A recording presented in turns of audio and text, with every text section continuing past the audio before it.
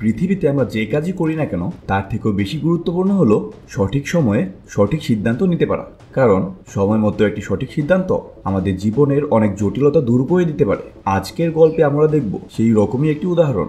একজন সাধারণ ব্যাংক কর্মচারী কিভাবে ধীরে ধীরে শত কোটি টাকার মালিক হয়ে উঠেছিল, সেটিই আজকের কাহিনী। এই গল্পটি নেওয়া হয়েছে লাকি ভাস্কর মুভি থেকে, যা ইতিমধ্যে দর্শকদের কাছে ব্যাপক জনপ্রিয়তা অর্জন করেছে। তো বন্ধুরা, ওয়েলকাম টু সাকিব সিনে পার্ক। মুভির শুরুতেই আমরা পরিচিত হই গল্পের মূল চরিত্র ভাস্করের সাথে। সে তার পরিবার নিয়ে মুম্বাইয়ে বসবাস করে। হঠাৎ একদিন কিছু সিবিআই অফিসার তাকে তদন্তের জন্য একটি ব্যাংকে নিয়ে আসে। ভাস্কর অবাক হয়ে জানতে চায়, আমাকে কেন এখানে আনা হয়েছে? তখন সিবিআই অফিসার লক্ষণ তাকে জানায়, তোমার বিরুদ্ধে কয়েকটি অভিযোগ রয়েছে। তার মধ্যে রয়েছে ব্যাংকের ফান্ডের অপব্যবহার, সিকিউরিটি সংক্রান্ত সমস্যা, এমনকি নকল ব্যাংক রিসিপ্ট তৈরি করার মতো অভিযোগ। তদন্তের কারণ জানিয়ে লক্ষণ তাকে জিজ্ঞাসাবাদ শুরু করে। ঠিক তখনই ভাস্করের স্ত্রী সুমতি ফোন করে। সে জানায়, আমাদের বাড়িতে সিবিআই তল্লাশি চালাচ্ছে। ভাস্কর শান্তভাবে বলে, তারা তাদের কাজ করছে, তুমি তাদের পুরোপুরি সহযোগিতা করো। সিবিআই ভাস্করকে তার নিজের ব্যাপারে বিস্তারিত বলতে বলে। তখনই ভাস্কর নিজের জীবনের গল্প শোনাতে শুরু করে। সালটা 1989। তখন ভাস্কর মাগদা ব্যাংকে চাকরি করত, মাত্র 6,000 টাকা বেতনে। সে খুব সৎভাবে নিজের দায়িত্ব পালন করত। একদিন ব্যাংকের ম্যানেজার ডেকে তার কাজের খুব প্রশংসা করে। ম্যানেজার ভাস্করকে উৎসাহ দিয়ে বলে, এভাবে যদি সামনে কাজ চালিয়ে যাও, ভবিষ্যতে আরো ভালো করবে। ভাস্করের ভেতরে তখন একটাই আশা, যে ব্যাংকের অ্যাসিস্ট্যান্ট শীঘ্রই রিটায়ার করবে, আর সেই চেয়ারে সে নিজেই বসতে চায়। এই স্বপ্ন পূরণের জন্যই ভাস্কর সবসময় মনোযোগ দিয়ে কাজ করে যাচ্ছিল। সেই সময়ে কম্পিউটারের ব্যবহার তেমন ছিল না, তাই ব্যাংকের সব কাজকর্ম হাতে লেখা হতো। আর প্রতি মাসের শেষে একদিন পুরো মাসের লেনদেন কম্পিউটারে এন্ট্রি করা হতো। টানা 3 বছর ধরে ভাস্কর ব্যাংকের বেস্ট এমপ্লয়ি হিসাবে নির্বাচিত হয়ে আসছিল। এই কারণে তার ভিতরে এক ধরনের গর্ব এবং আত্মবিশ্বাস জন্ম নিয়েছিল। ব্যাংকে জব্দ করা একটি মারুতি মডেলের গাড়িও ছিল। কোনো এক গ্রাহক লোন নিয়ে গাড়িটি কিনেছিল, কিন্তু কিস্তি পরিশোধ করতে না পারায় ব্যাংক সেই গাড়িটি 6 মাস ধরে আটক করে রেখেছে। আর সেই গাড়িটি নিজের করে নেওয়ার স্বপ্ন দেখে ভাস্কর। এই ব্যাংকেই কাজ করে তার শৈশবের বন্ধু সাম্বা। তারা একসাথে স্কুলে পড়াশোনা করেছিল, কিন্তু মাধ্যমিকের পর ভাস্কর চাকরি পেল ব্যাংকে, আর সাম্বা পরীক্ষায় ফেল করেছিল, তাই সে পিয়নের চাকরি করে। ভাস্করের মাসিক বেতন খুব একটা বেশি ছিল না। এই টাকায় সংসার চালানো খুব কঠিন হয়ে পড়তো, তাই সে অতিরিক্ত আয়ের জন্য একটি ছোট সাইড বিজনেস করত। ব্যাংকে অনেকেই ফর্ম ফিল আপ করতে পারতো না। ভাস্কর পাশের ক্যাফেতে বসে তাদের ফর্ম ফিল আপ করে দিত, আর এর বিনিময়ে সামান্য কিছু টাকা সহায়তা নিত। একদিন ব্যাংকে ভাস্করের কাছে অ্যান্টনি নামের এক ব্যক্তি আসে। সে বিশাল অঙ্কের 2 লক্ষ টাকা লোন নিতে চায়। ভাস্কর তাকে সরাসরি জিজ্ঞাসা করে, এত টাকা লোনের জন্য তুমি কি জামানত রাখতে পারবে? অ্যান্টনি তখন তার ফুড লাইসেন্স জমা রাখার প্রস্তাব দেয়, কিন্তু ভাস্কর জানিয়ে দেয়, এইসব কাগজপত্র দিয়ে ব্যাংকের কোনো কাজ হবে না। এরপর ভাস্কর তাকে সোজা সেখান থেকে বের করে দেয়। ব্যাংক থেকে ফেরার সময় ভাস্করের সবচেয়ে বড় ভয় ছিল কলোনি, কারণ ওই কলোনির প্রায় সবার কাছ থেকেই সে টাকা ধার নিয়েছিল, কিন্তু এখনো শোধ করতে পারেনি। তাই কলোনি দিয়ে ফিরতে তার ভেতরে এক ধরনের অস্বস্তি কাজ করে। ভাস্করের পরিবারে ছিল তার স্ত্রী সুমতি, কার্তিক, বাবা আর 2 ভাই বোন। তার বাবা একসময় এই শহরের একজন বড় চার্টার্ড অ্যাকাউন্টেন্ট ছিলেন, কিন্তু এক বন্ধুর সাথে ব্যবসা করতে গিয়ে ধোঁকায় পড়ে যান। সে ধাক্কা সামলাতে না পেরে শেষমেশ তিনি প্যারালাইসিস হয়ে পড়েন। এদিকে সুমতির ভাইয়ের ছেলের জন্মদিনে ভাস্কর তার পরিবার নিয়ে হাজির হয়, কিন্তু উপহার কেনার মতো টাকা তাদের কাছে ছিল না। তাই সুমতি বাধ্য হয়ে তার ছেলে কার্তিকের খেলনাগুলোর মধ্য থেকে একটি খেলনা গিফট হিসাবে নিয়ে যায়। ভাস্কর গরিব বলে সেখানে তেমন কেউ তাকে পাত্তা দেয় না, এমনকি সুমতির মাও না। সুমতির মা সুমতিকে দ্বিতীয় বিয়ে করার প্রস্তাব দেয়। একথা শুনে সুমতি প্রচণ্ড রেগে যায়। এরপর জন্মদিনের কেক কাটার সময় দেখা যায় সবার জন্য বড় বড় টুকরো কেক দিলেও কার্তিককে দেওয়া হয় একটি ছোট পিস। কার্তিক আরেকটা চাইলে সুমতির ভাবি ঠাট্টা করে বলে, তোমার জন্য এক টুকরোই যথেষ্ট। এইসব দেখে সুমতি সহ্য করতে পারে না। সে ভাস্কর আর কার্তিককে নিয়ে সাথে সাথে বাড়ি থেকে বেরিয়ে আসে, কিন্তু কার্তিকের তখন ভীষণ খিদে লেগেছে। তাই তারা রাস্তায় একটি দোকানে খেতে বসে, কিন্তু ভাস্করের পকেটে এতটুকু টাকা নেই যে তার 3 জন যথেষ্ট খাবার কিনতে পারে। দোকানদার ব্যাপারটা বুঝতে পেরে কম দামে 3 জনের জন্য খাবার দিয়ে দেয়। খাওয়ার সময় সুমতি ভীষণ কষ্টে কান্না করে ফেলে। সে ভাস্করকে বলে, তুমি লোন নিয়ে একটি খাবারের দোকান করে দাও, আমি কাজ করব, টাকা রোজগার করব, আমাদের আর কোনো অভাব থাকবে না। কিন্তু ভাস্কর তাকে শান্তভাবে বলে, সামনে আমার প্রমোশন আছে, তখন আমাদের জীবনে আর কোনো অভাব থাকবে না, আর ইতিমধ্যেই আমাদের একটি লোন চলছে, সেটা শোধ করা না পর্যন্ত ব্যাংক নতুন লোন দিবে না। ভাস্কর সুমতি রাগ ভাঙিয়ে তাকে বুঝায়। এরপর একসাথে বসে সেই সামান্য খাবার ভাগাভাগি করে খায়। পরদিন আবার ভাস্করের কাছে হাজির হয় অ্যান্টনি। সে আবারও লোন চাইতে আসে। অ্যান্টনি জানায় সে মালয়েশিয়া থেকে 30টি টিভি আমদানি করেছে, এর জন্য ইতিমধ্যেই 50,000 টাকা অ্যাডভান্স দিয়েছে। বাকি 2 লক্ষ টাকা ডেলিভারির সময় দেওয়ার কথা ছিল, কিন্তু যার কাছ থেকে টাকা ধার নেওয়ার কথা ছিল সে এখন সাহায্য করতে পারছে না। অ্যান্টনি অনুনয় করে বলে, আমাকে এই মালগুলো হাতে পেতেই হবে, আমি তা বিক্রি করে সব টাকা শোধ করে দেব, কিন্তু যদি এখন টাকা না দেই শিপের ক্যাপ্টেন বলে দিয়েছে 2 দিনের মধ্যে মালগুলো নিলামে তুলে দেবে। ভাস্কর হতাশ হয়ে জানায়, আমি কিছু করতে পারবো না, ব্যাংকে নিজস্ব নিয়ম আছে। তখন শাম্বা ভাস্করকে একটি বুদ্ধি দেয়। সে বলে, তুই তো সুমতির বাইরের কাছে 2 লক্ষ টাকা ধার চাইতে পারিস, ও যদি দেয় আমরা অ্যান্টনির কাছ থেকে একটু লাভ নিয়ে সেই টাকা ফেরত দেবো। কিন্তু ভাস্কর জানতো সুমতির বাই তাকে কোনোদিনও টাকা দেবে না। পরদিন সকালে ব্যাংকে আসার পথে ভাস্করের সঙ্গে ঘটে অপমানজনক এক ঘটনা। পাড়ার এক ব্যক্তি সবার সামনে তার কাছে টাকা ফেরত চায়। ভাস্করের পকেট খালি দেখে সে ওয়ালেট টেনে নেয়, কিন্তু ভেতরে কোনো টাকা নেই। লোকটি তখন কলোনির মানুষের সামনে চিৎকার করে ভাস্করকে অপমান করতে থাকে, এমনকি জোর করে তার স্কুটির চাবিও চাইতে থাকে। ভাস্কর চাবি দিতে অস্বীকার করলে সে ভাস্করের পকেট ছিঁড়ে চাবি নিয়ে যায়।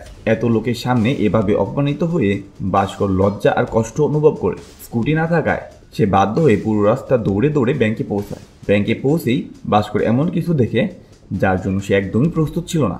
মূলত যে প্রমোশনটা তার প্রাপ্য ছিল সেটা পেয়েছে ব্যাংকের আরেক কর্মচারী। মুহূর্তেই ব্যাংকে পড়ে ভাস্কর। তখন শাম্বা এসে তার হাতে একটি লেটার দেয়।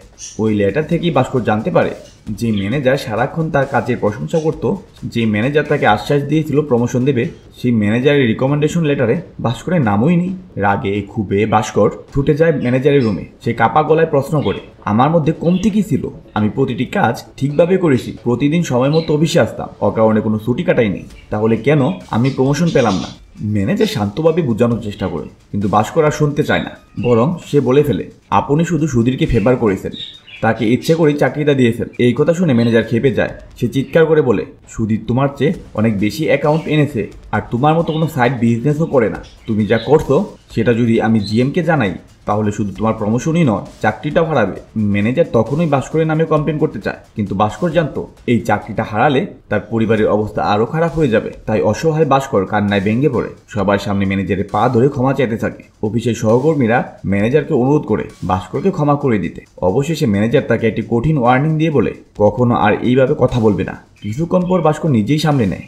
সে এমনভাবে সবার সাথে কথা বলতে শুরু করে যেন কিছুই ঘটেনি। মুখে হাসি, ভেতরে হাজারো কষ্ট, কিন্তু বাইরের কেউ তা বুঝতেই পারে না। পরবর্তীতে ভাস্কর আর শাম্বা ক্যাফেতে বসে চা খাচ্ছিল। ঠিক তখনই সেখানে হাজির হয় অ্যান্টনি। প্রতিবারের মতো ভাস্কর এবার তাকে তাড়িয়ে দেয় না, বরং তাকে বসতে বলে এবং পুরো ঘটনার বিস্তারিত জানতে চায়। অ্যান্টনি বুঝিয়ে বলে, আজকাল ইন্ডিয়াতে ইলেকট্রিক জিনিসের ভীষণ চাহিদা। সনি, প্যানাসোনিকের মতো ব্র্যান্ডের টিভি এখানে বিক্রি হয় প্রায় 40,000 টাকায়, কিন্তু সেই একই টিভি মালয়েশিয়া, সিঙ্গাপুর আর আরব দেশগুলোতে মাত্র 12,000 টাকায় পাওয়া যায়। আর বড় অর্ডার হলে দাম নেমে আসে 8 থেকে 9,000 টাকায়। শাম্বা অবাক হয়ে জানতে চায়, তাহলে ইন্ডিয়াতে এত দাম কেন? অ্যান্টনি উত্তর দেয়, কারণ এখানে গভর্নমেন্টকে অনেক ধরনের ট্যাক্স দিতে হয়, আর আমি ঠিক একই কারণে একজন কাস্টম অফিসারের সাথে ডিল করে 30টি টিভি ইলিগেল পথে এনেছি। অ্যান্টনির কথা শোনার পর ভাস্কর হঠাৎ তার সুটকেস খুলে 2 লক্ষ টাকা বের করে দেয়। সে বলে, এই টাকা নাও, তুমি যা প্রফিট করবে তার 20% আমাদের দেবে, 10% আমার আর 10% শাম্বার। অ্যান্টনি এক মুহূর্ত দেরি না করে রাজি হয়ে যায়। তখন শাম্বা অবাক হয়ে জিজ্ঞেস করে, তুই এতগুলো টাকা কিভাবে ম্যানেজ করলি? ভাস্কর শান্ত গলায় উত্তর দেয়, আজ যখন ব্যাংকের লকারে টাকা রাখতে গিয়েছিলাম ঠিক তখনই 2 লক্ষ টাকা সরিয়ে নিয়েছি। শাম্বা আতঙ্কিত হয়ে বলে, তুই তো এতদিন সৎভাবে চাকরি করেছিস, এইভাবে করলে ধরা পড়লে তোর জেল হয়ে যাবে। তখন ভাস্কর বুঝায়, আগামী 2 দিন ব্যাংক বন্ধ থাকবে, অ্যান্টনি রবিবারের মধ্যে টাকা ফেরত নিয়ে আসবে। আমি সোমবার সকালে সব টাকা আবার ব্যাংকে জমা দিয়ে দেবো, তাহলে কেউ কিছুই টের পাবে না। তাছাড়া এই একদিনে ভাস্কর নিজের জীবন থেকে অনেক কিছুই হারিয়েছে, তবুও সে নিজের ভাগ্যকে আরেকবার বর্ষা দিতে চায়, কারণ সে চায় তার পরিবার যেন ভালো থাকে। ভাস্কর অ্যান্টনির হাতে 2 লক্ষ টাকা তুলে দেয়, সাথে শাম্বা ও অ্যান্টনিকে পাঠায় পোর্টের টিভিগুলো আনার জন্য। এরপর বাড়িতে ফিরে ভাস্কর দেখে সুমতি বাইরে অপেক্ষা করছে। সে ধীরে ধীরে শান্তভাবে জানায়, আমার প্রমোশনটা অন্য একজন পেয়েছে। এরপর আর কিছু না বলে ঘরে চলে যায়। রাত হয়ে আসে। ভাস্কর অ্যান্টনি আর শাম্বার জন্য অপেক্ষা করতে থাকে। সময় যত গড়াচ্ছে ভাস্করের মাথায় টেনশন ততই বেড়ে যাচ্ছে। তারা সময় মতো পৌঁছাতে পারবে তো? অ্যান্টনি আমাকে ধোঁকা দেবে না তো? মাঝরাতে হঠাৎ সুমতিটাকে ডেকে আনে। ভাস্কর এসে দেখে শাম্বা এসেছে। শুধু শাম্বাকে একা দেখেই তার মাথায় চিন্তার বাস পড়ে যায়। ঠিক তখনই অ্যান্টনি হাসি মুখে টাকা নিয়ে হাজির হয়। সে জানায়, আমরা 1.5 লক্ষ টাকা প্রফিট করেছি। অ্যান্টনি 2 লক্ষ টাকা ভাস্করকে ফেরত দেয়, সাথে আরও 20% টাকা তাদের হাতে তুলে দেয়। সে ভাস্করকে ধন্যবাদ জানায় তার উপর ভরসা রাখার জন্য। ভাস্কর অ্যান্টনিকে জড়িয়ে ধরে কান্না শুরু করে এবং তাকে ধন্যবাদ জানায়। তারপর 10% টাকা শাম্বাকে দেয়, আর বাকি 10% টাকা নিয়ে প্রথমে চলে যায় স্কুটি আনতে। পরের দিন সোমবার অফিসে কেউ আসার আগেই ভাস্কর 2 লক্ষ টাকা ড্রয়ারে ঠিকভাবে রেখে পুরো ব্যালেন্স মিলিয়ে দেয়। এভাবেই প্রতি শুক্রবার সে ব্যাংক থেকে টাকা নিয়ে অ্যান্টনিকে দেয়। অ্যান্টনি তার প্রফিট থেকে ভাস্কর এবং শাম্বাকে 20% ভাগ দিয়ে দেয়। সেই টাকা দিয়ে ভাস্কর ধীরে ধীরে তার সব ঋণ পরিশোধ করতে শুরু করে। এইভাবে তার জীবনের অভাব আস্তে আস্তে দূর হতে থাকে। ব্যাংকের সমস্ত লোন পরিশোধের পর সে সেভিংস করতে শুরু করে এবং সংসারের উন্নতি করতে শুরু করে। সুমতি ভাস্করের মধ্যে এই পরিবর্তন লক্ষ্য করে চিন্তিত হয়ে ওঠে। সে জানতে চায় এত টাকা কোথা থেকে আসছে। ভাস্কর বলে, আমি অ্যান্টনির সাথে মিলেই বিজনেস করছি, বিজনেসে ভালো লাভ হচ্ছে। সুমতি আবার প্রশ্ন করে, বিজনেস করার জন্য তুমি টাকা কোথা থেকে পেয়েছো? ভাস্কর জানায়, আমি ব্যাংক থেকে লোন নিয়েছিলাম, বিজনেসের প্রফিট থেকেই আমি লোন পরিশোধ করেছি। তোমার চিন্তা করার কিছুই নেই। সাথে সাথে সে কিছু টাকা সুমতির হাতেও তুলে দেয় এবং বলে, এই টাকা দিয়ে তুমি তোমার নিজের জন্য একটি নেকলেস কিনে নিও। কিন্তু সুমতি বলে, এই টাকা দিয়ে আমাদের ছেলে কার্তিকের জন্মদিন সেলিব্রেট করব। আজ পর্যন্ত আমরা কখনো তার জন্মদিন পালন করতে পারিনি। ভাস্কর রাজি হয়ে যায়, তার ছেলের জন্য একটি বড় জন্মদিনের পার্টির আয়োজন করে। আর এ দেখে সবাই হিংসার চোখে তাকায়। মনে প্রশ্ন, এত টাকা কোথা থেকে এসেছে? ভাস্কর বিভিন্ন গল্প শুনে সবাইকে বিভ্রান্ত করে রাখত। সেই পার্টিতেই অ্যান্টনি জানায় সে তার ছেলের সাথে আমেরিকায় স্থায়ী হবে, কিন্তু এখন পর্যন্ত যা টাকা কামিয়েছে সবই তার ছেলের পড়াশোনার জন্য খরচ হয়েছে। এখন খালি হাতে সে আমেরিকায় গিয়ে তার ছেলের বোঝা হতে চায় না। এছাড়া অ্যান্টনি জানায় সে একটি বড় ডিল পেয়েছে। দুবাই থেকে 3টি অত্যাধুনিক কার আসবে। যদি তাদের কাছে 10 লক্ষ টাকা থাকে, তারা ডিল থেকে বড় অঙ্কের প্রফিট করতে পারবে। এবার প্রফিট 3 জন সমান ভাগে ভাগ করবে। তবে 10 লাখ টাকা ব্যাংক থেকে বের করা বড় রিস্ক। ভাস্কর চিন্তায় পড়ে এবং বলে, আমি ভেবে দেখবো ব্যাপারটা। রুমে প্রবেশ করতেই কার্তিক ভাস্করের গলায় হাত বেঁধে বলে, আজকের দিনটা আমার জন্য বেশ আনন্দের। সে কান্না করেও বলে, আমার বন্ধুরা সব সময় আমাকে বলতো আমি তাদের পার্টিতে ফ্রিতে কেক খেতে যাই, কিন্তু বিনিময়ে আমি কখনো তাদের আমার জন্মদিনে নিমন্ত্রণ দেই না। আজ থেকে কেউ আমাকে এসব বলতে পারবে না। কার্তিক আরও বলে, আমি সবসময় জন্মদিনে একই টি শার্ট পরতাম, সবাই আমার দিকে তাকাতো এবং আমার পোশাক দেখে অবাক হতো। আজ থেকে আমার সাথে আর এমন হবে না। সে তার বাবা মাকে প্রমিস করে, আজ থেকে আমি কখনো তোমাদের অবাধ্য হব না, যা বলবে সব শুনবো। ভাস্কর তার ছেলের এই খুশি দেখে সিদ্ধান্ত নেয়, আমি আর কখনো আমার পরিবারকে অভাবের মুখ দেখতে দেব না। এরপর ভাস্কর অ্যান্টনিকে কল করে বলে, টাকা ম্যানেজ হয়ে যাবে। কিন্তু এতগুলো টাকা ম্যানেজ করা ভাস্করের জন্য একটি কঠিন হয়ে পড়ে। এদিকে ব্যাংক ম্যানেজার সাধারণত প্রতিদিন তাড়াতাড়ি বাড়ি চলে গেলেও আজ তাড়াতাড়ি ফিরছে না, আর তাই ভাস্করের জন্য ব্যাংক থেকে টাকা সরানো কঠিন হয়ে যাচ্ছিল। এদিকে সময় চলে যাচ্ছিল, তাই ভাস্কর শাম্বাকে বলে, তুই ম্যানেজারকে ফোন করে 10 মিনিট ব্যস্ত রাখ, আর আমি এদিকে টাকাটা সরিয়ে নেব। শাম্বা ফোন করে ম্যানেজারকে 10 মিনিট ব্যস্ত রাখে, আর এই সুযোগেই তার প্রয়োজনে 10 লক্ষ টাকা সরিয়ে ফেলে। সব টাকা ভাস্কর অ্যান্টনিকে দেয়, কিন্তু পরবর্তীতে জানতে পারে তাদের ডিলার পুলিশের হাতে গ্রেপ্তার হওয়ার কারণে সে তাদের 3টি গাড়ি কিনতে পারছে না। এতে সবাই চিন্তিত হয়ে পড়ে। 10 লক্ষ টাকা, এত টাকা একদিনের মধ্যে কিভাবে জোগাড় করবে? এরপর ভাস্কর অ্যান্টনিকে জিজ্ঞাসা করে, 3টি গাড়ি কেনার মতো আর কোনো ডিলার কি এখানে নেই? অ্যান্টনি সব জায়গায় খোঁজ খবর করে এবং জানতে পারে গোয়াতে একজন আছে যে এই 3টি আধুনিক কার কিনতে পারবে। তবে সমস্যা হলো এই গাড়িগুলো ইলিগেলভাবে ভারতে আনা হয়েছে। গোয়ায় নিয়ে যাওয়া খুব রিস্কি। তাই ভাস্কর প্ল্যান করে তারা গাড়িগুলোতে ফেক সরকারি নাম্বার প্লেট লাগিয়ে দেবে, যাতে কারো সন্দেহ না হয়। শাম্বার কাছে গাড়ির লাইসেন্স না থাকায় পুলিশ তাকে আটকায়। ভাস্কর তখন দ্রুত এগিয়ে এসে পুলিশকে বলে, গাড়িতে ভিআইপি রয়েছে। আসলে ভাস্কর আগে থেকেই পরিকল্পনা করেছে। 3 জন ভিক্ষুককে মন্ত্রী সাজিয়ে গাড়ির ভেতর বসিয়েছিল, যেন পুলিশদের কোনো সন্দেহ না হয়। এছাড়া একজন বার ডান্সারকে মডেল হিসাবে নিয়ে এসেছে। পুলিশ এসব দেখে ভয় পায় এবং ক্ষমা চেয়ে নেয়। এরপর গোয়াতে তাদের আর কোনো পুলিশ আটকায় না। তারা 3টি গাড়ি বিক্রি করে এবং পুরো 20 লক্ষ টাকা প্রফিট করে। ভাস্কর সেই বার ডান্সার ও ভিক্ষুকদের কাজের জন্য অনেক টাকা দেয়। অ্যান্টনি তার কাজ শেষ করে আমেরিকা চলে আসে। যাওয়ার আগে সে বলে, যখনই তোমার প্রয়োজন হবে অবশ্যই আমার সাথে যোগাযোগ করবে। এ বলে অ্যান্টনি চলে যায়। পরের দিন ভাস্কর সুটকেসে টাকা রেখে তার উপর কাপড় রেখে ব্যাংকে আসে, কিন্তু ব্যাংকে পৌঁছাতেই কিছু পুলিশ দেখতে পায়। ভাস্কর ভয় পেয়ে ভেতরে ঢুকে। ভেতরের পরিস্থিতি দেখে সে আরও ঘাবড়ে যায়। কিছুক্ষণ পর জানতে পারে ম্যানেজার এবং অ্যাসিস্ট্যান্ট মিলে ব্যাংক থেকে লোন করিয়ে কমিশন নিচ্ছিল। পুলিশ তাদের এই দুর্নীতি সম্পর্কে জানতে পেরেছে, তাই তারা তাদের ধরতে ব্যাংকে এসেছে। অপরদিকে প্রতিদিনের মতো ভাস্কর ব্যাংকের লকার রুম থেকে টাকা আনতে যায়। সে ব্যাংকের লকার রুম থেকে 40 লক্ষ টাকা নামিয়ে আনে, কিন্তু ম্যানেজার যখন তাকে জিজ্ঞেস করে সে বলে 50 লক্ষ টাকা, কেননা ভাস্করের কাছেই ইতিমধ্যে 10 লক্ষ টাকা রয়েছে। ম্যানেজার তখন আর কিছু না ভেবে খাতায় 50 লক্ষ টাকায় এন্ট্রি করে। পরবর্তীতে ভাস্কর তার নিজের ডেস্কে আসলে সেখানে জিএম তার বিটকেসটি দেখতে পায়। জিএম তাকে জিজ্ঞেস করে, এই বিটকেসের ভেতরে কি আছে? ভাস্কর বলে, এখানে শুধুই আমার কাপড় রয়েছে। জিএম বিটকেসটি খুলতে বলে আর অপরদিকে ম্যানেজারকে টাকাগুলো গুনতে বলে। বিটকেসটি খোলার পরে আমরা দেখতে পাই সেখানে কোনো টাকা নেই, শুধুই কাপড় রয়েছে। আর অপরদিকে ম্যানেজার তাকে জানায় সেখানে 50 লক্ষ টাকাই রয়েছে। তার মানে ভাস্কর আগেই সেই টাকাগুলো সেখান থেকে সরিয়ে ফেলেছিল। ভাস্করের কাছে এটা একটা স্পষ্ট ইশারা ছিল, ঈশ্বর বারবার তাকে সিগন্যাল দিচ্ছেন এখন না থামলে সব হারাবে। তাই সে সিদ্ধান্ত নেয় আপাতত কিছুদিন এসব কাজ থেকে বিরত থাকবে। কিন্তু সাম্বা ভাস্করের কথায় কান দেয় না। সে ব্যাংকের চাকরি ছেড়ে অধিক প্রফিটের জন্য নিজের বিজনেস শুরু করে। আর এতদিনে ভাস্কর 6 লক্ষ টাকা জমিয়েছে। সে সিদ্ধান্ত নেয় এই টাকা তার পরিবারের সবার মধ্যে সমানভাবে ভাগ করে দেবে, সাথে আরও ঠিক করে সব ইলিগেল কাজ ছেড়ে দেবে। কিন্তু কিছুদিন পরই ভাস্করের ছোট ভাই লন্ডনের একটি ইউনিভার্সিটি ভর্তি হতে চায়। কিন্তু পরবর্তীতে ভাস্কর জানতে পারে সেই ইউনিভার্সিটির ফি 6 লক্ষ টাকা। কিন্তু ভাস্করের ছোট ভাইয়ের অনেক অনুরোধের কারণে ভাস্কর তার সকল টাকা সেখানে দিতে রাজি হয়ে যায়। পরের দিন অফিসে চেয়ারম্যান ভাস্করকে তার রুমে রাখে। চেয়ারম্যান জানায় দুজনের কারণে ব্যাংকের রেপুটেশন নষ্ট হয়েছে, এখন সেটা ফিরিয়ে আনতে হবে। একই সাথে ব্যাংকের 2টি পোস্ট খালি রয়েছে। চেয়ারম্যান ভাস্করের সাহস আর কাজ দেখে অবাক হয়। সে জানায় এত বছরে কখনো এমন প্রমোশন হয়নি। ভাস্করকে সরাসরি অ্যাসিস্ট্যান্ট জেনারেল ম্যানেজার বানানো হয়েছে। তার স্যালারি হবে 19,500 টাকা আর অন্যান্য খরচ ব্যাংক বহন করবে। এবং সে ভাস্করকে আরও জিজ্ঞাসা করে তার আরও কোনো কিছুর দরকার আছে কিনা। আর ভাস্করের একটাই ডিমান্ড ছিল ব্যাংকের সেই জব্দ করা গাড়িটিকে নিজের করে পাওয়া। সে এই কথাটি জানালে চেয়ারম্যান সাথে সাথে গাড়িটি তাকে দিয়ে দেয়। ভাস্কর গর্বের সঙ্গে তার নতুন গাড়ি নিয়ে কলোনিতে প্রবেশ করে। সবাই তার গাড়ি দেখে অবাক। সুমতি তো একদমই বিস্মিত। ভাস্কর সঙ্গে সঙ্গে সুমতিকে তার প্রমোশন হওয়ার খুশির খবরটি জানায়। এরপর গল্প আবার বর্তমান সময়ে ফিরে আসে। একজন কর্মচারী সিবিআই অফিসারকে ভাস্করের ব্যাংক ডিটেলস দেয়। সিবিআই দেখে ভাস্করের ব্যাংকে 100 কোটি টাকা রয়েছে। একজন সাধারণ অফিসারের ব্যাংকে এত টাকা কিভাবে থাকতে পারে, এটা দেখে সিবিআই এর আগ্রহ আরও বেড়ে যায়। এবার গল্প ফিরে আসে 1990 সালের দিকে।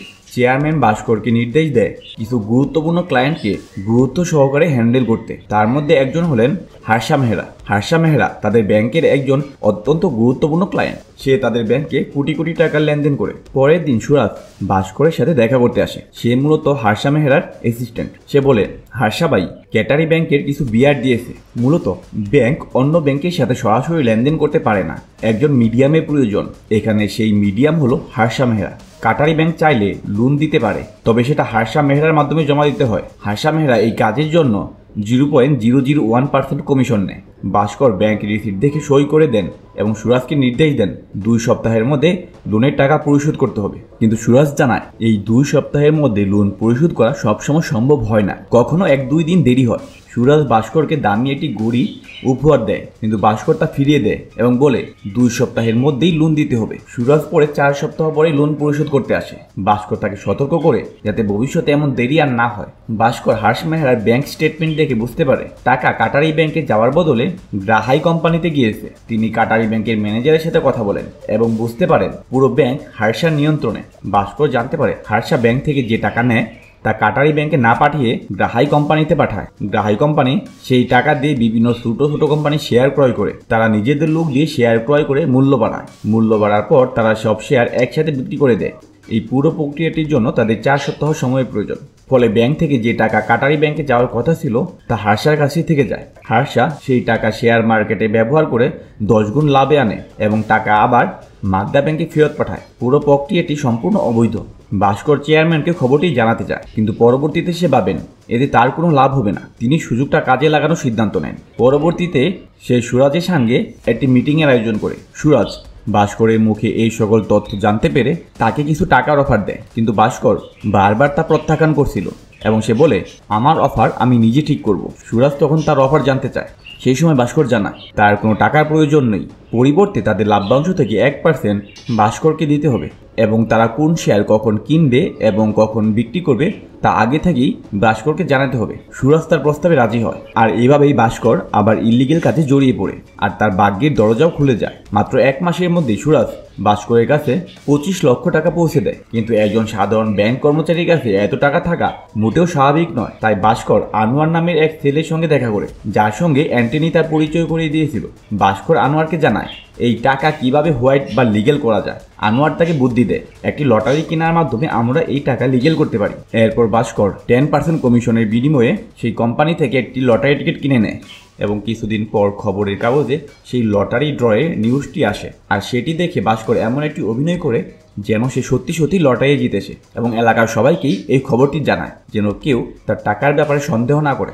এরপর এই টাকা নিয়ে ভাস্কর একটি ট্রেডিং অ্যাকাউন্ট খুলে। সুরাজ তাকে শেয়ার মার্কেটের তথ্য দিয়ে সাহায্য করে আর ভাস্কর সেই তথ্যের ভিত্তিতেই শেয়ার ক্রয় বিক্রয় করে বিশাল লাভ করে। কেবল 2 সপ্তাহের মধ্যে ভাস্কর 70 লক্ষ টাকা ইনকাম করে। গল্প আবার বর্তমান সময়ে চলে আসে। সিবিআই ভাস্করের ব্যাংক স্টেটমেন্ট দেখে অবাক হয়ে তাকে জিজ্ঞাসা করে, একদিনে তুমি 69 লক্ষ টাকা কিভাবে খরচ করছো?